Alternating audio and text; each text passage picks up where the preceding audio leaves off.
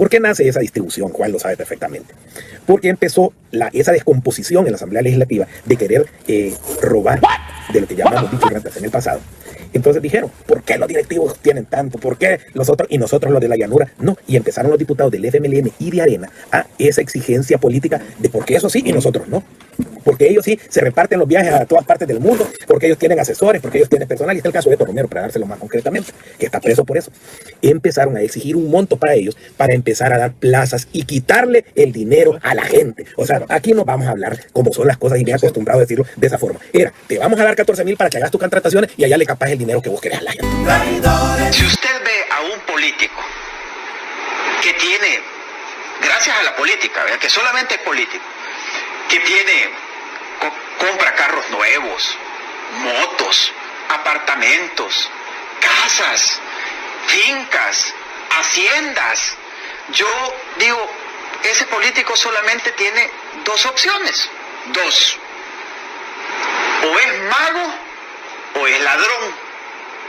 Y si usted y yo no lo vemos trabajando y haciendo trucos adentro de un circo, entonces ese que usted ha visto comprando carros, cambiando casas,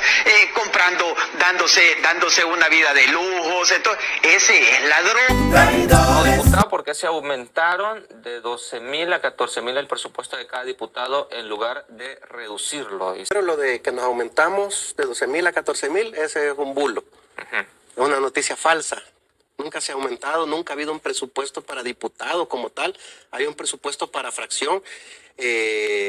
La gente cree que te dicen se aumentó el presupuesto para los diputados, pero nunca ha habido eso. No sé, o sea, no sé de verdad de dónde lo sacan. ¿Me recordás que le explicáramos de los $14,000? A vos te dan $14,000, Raúl. A vos te dan 14,000. Que le explicáramos en qué se gastan $14,000, que era una especie de maletín. Vos estás loco, hombre. Vos pensás que a eso vas a llegar a la asamblea, a despertar. La asamblea ya no es la corrupta que se conocía como antes.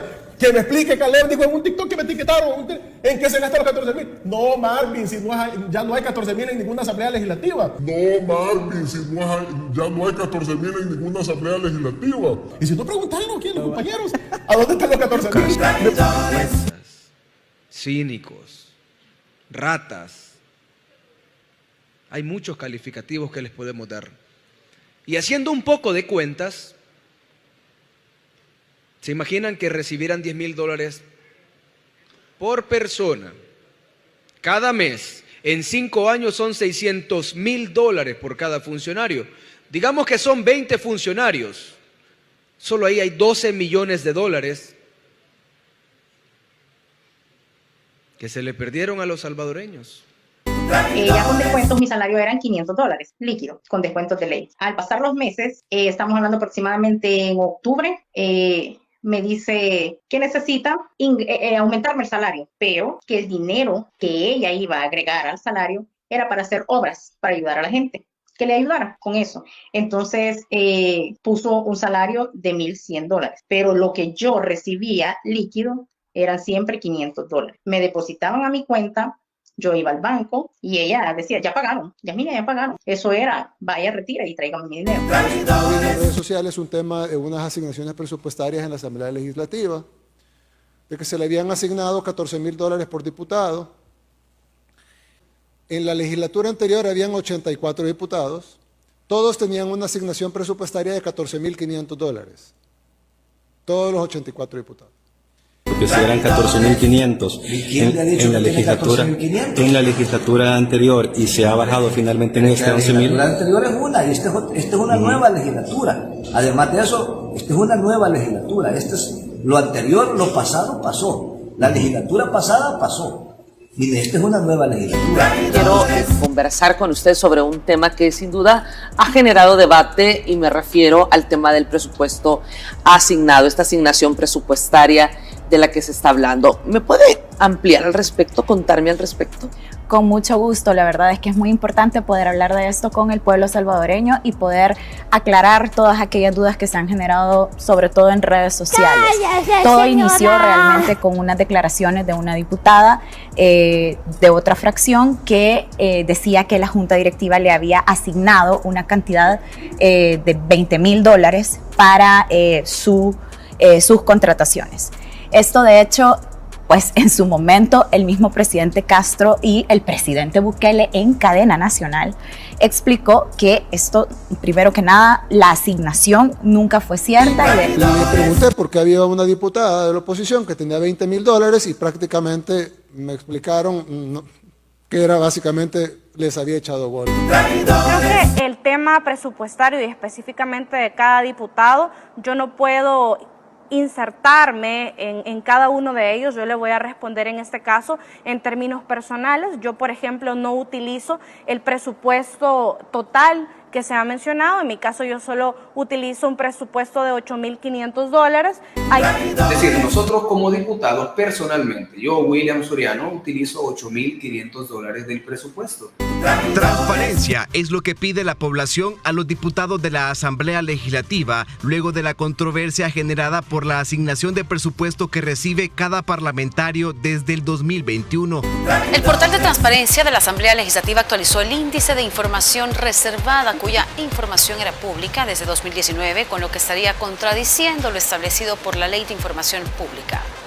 Algunos de los 20 puntos actualizados y ahora con reserva incluyen el presupuesto de los grupos parlamentarios, itinerario de viajes para misiones oficiales, licitaciones públicas, planillas de pagos y expedientes de comisiones especiales. Con esto, la Asamblea de mayoría oficialista mantendrá por 7 años la reserva de información de carácter público. No vamos a proteger corruptos, vengan de donde vengan. Quien defiende un corrupto también es corrupto.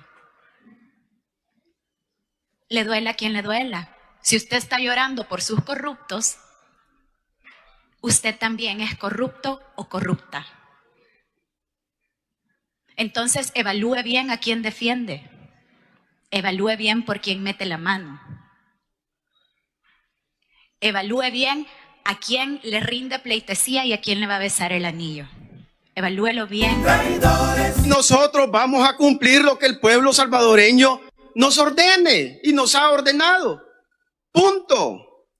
¿Y qué vamos a hacer?, preguntaba una colega diputada. Sencillo. Vamos a zampar presos a todos los mañosos. Si es que es bien sencillo. El modelo que instauraron de corrupción en este órgano de Estado es que los diputados no ganaban en realidad lo que era su sueldo, sino que habían hecho un modelo a través de los viáticos.